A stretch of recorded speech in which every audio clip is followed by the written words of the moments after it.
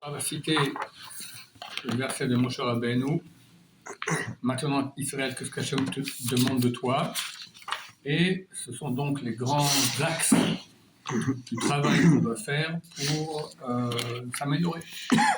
Et il va maintenant citer chacun de ces axes qui sont donc dans ce verset et expliquer un peu de quoi il s'agit. Aïra, la crainte. Irat Robemuto Itbarach, c'est la crainte de la grandeur, sa grandeur béni soit-elle. Quand on va de nouveau étudier cela plus loin dans le livre, de façon plus particulière, je vais expliquer qu'il y a deux sortes de craintes.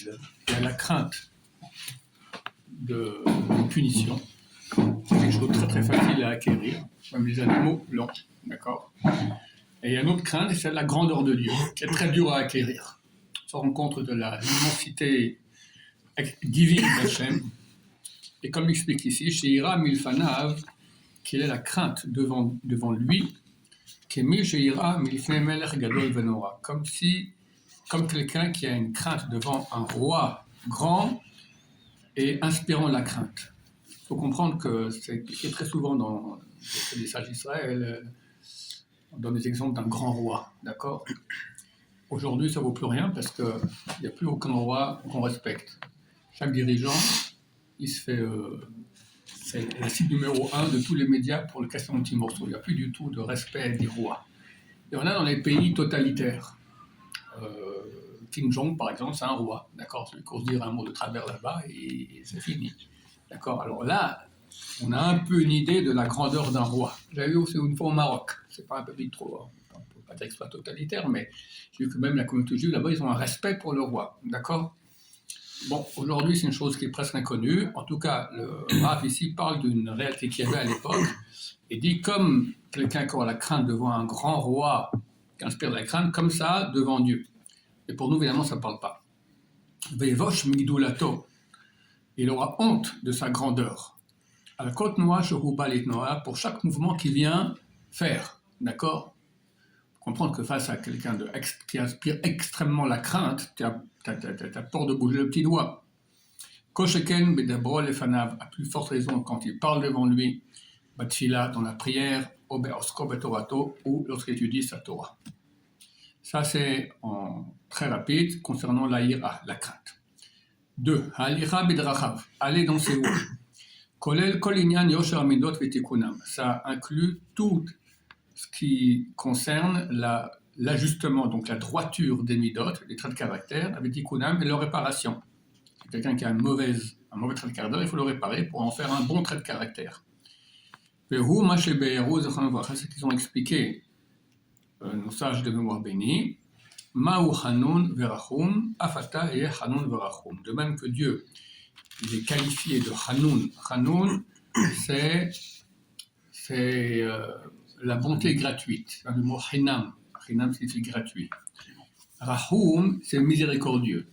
Ça, c'est quand quelqu'un inspire la pitié, alors on a pitié de lui, on a de la miséricorde envers lui, seulement s'il inspire la pitié. Ça, c'est la rahmanut, rahum. Donc, Hanoun, c'est même si on n'inspire pas la pitié, Dieu a pitié de nous. Et rahum, si on inspire la pitié, il a pitié de nous.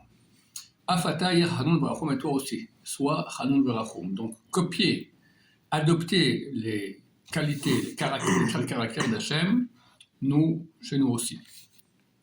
Ukhlal kolze est la loi qui inclut tout cela. Shina gadam kol midotav lechol mene polotav al pi hayoshav hamusar. Que l'homme conduit toutes ses midot, tous ses traits de caractère, et toutes ses actions al pi hayoshav, d'après la droiture, hamusar et la morale. Ukhlal chavim zachman levracha. Et la loi générale qu'on dit, nos sages de mort béni, c'est dans Avot, Pirkei Avot, Koshi Tiferet Leosaya, tout celle qui est splendeur pour ceux qui la font, mais Tiferet Lo Mina Adam, et Tiferet à lui de l'homme. J'ai expliqué ces paroles-là un peu obscures. C'est la Mishnah de Avot. Koshi Tiferet Leosaya. Chaque action, chaque façon de faire qui est une splendeur pour la personne, c'est-à-dire qu'elle est agréable pour lui. Pour lui, c'est bien. Quelqu'un qui se comporte bien, il est content, il est bien, d'accord, pour lui. Il ferait l'homme Adam, et elle aussi, elle est splendeur, et peut se parer de cela, qui Tiferet, c'est se parer, ça vient du mot, le mot français parer, le mot tiferet, c'est la même racine. Se parer de son action par rapport aux autres. Les autres disent ah, c'est bien comme il se comporte ce type-là. D'accord? Il explique tout ce qui va vers le but d'un bien authentique. C'est-à-dire, c'est quoi le bien authentique?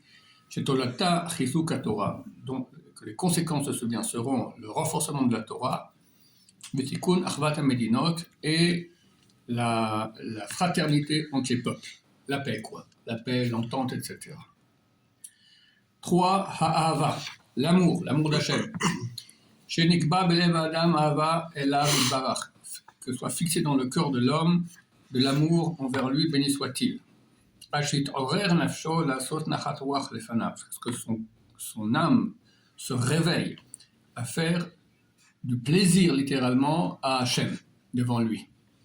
Quand on aime quelqu'un, on veut lui faire du plaisir, on veut lui faire des choses qu'il aime bien. Idem avec Hachem. Comme son corps se réveille pour faire du bien, du plaisir à son père et à sa mère. Et ça lui fera mal si cela manque chez lui ou chez les autres. Littéralement, il sera jaloux, mais ça veut dire il sera militant dans ce domaine-là. Il sera très heureux de faire une chose qui va dans ce sens. 4. Shemut Alev, la perfection du cœur.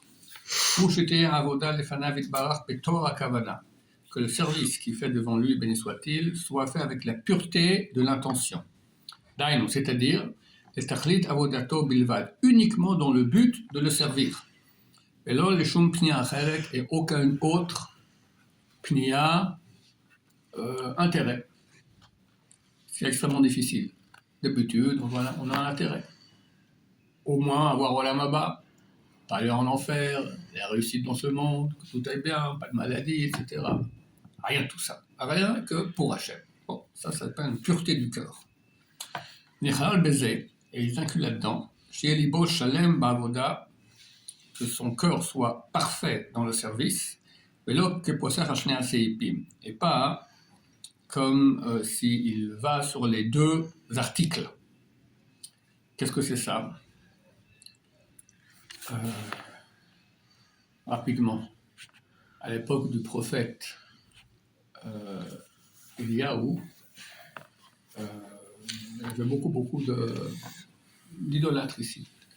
Alors, Eliyahu Navi a invité tout Am Israël à venir au mont Carmel, ainsi que les prêtres idolâtres, du Baal et du Moloch.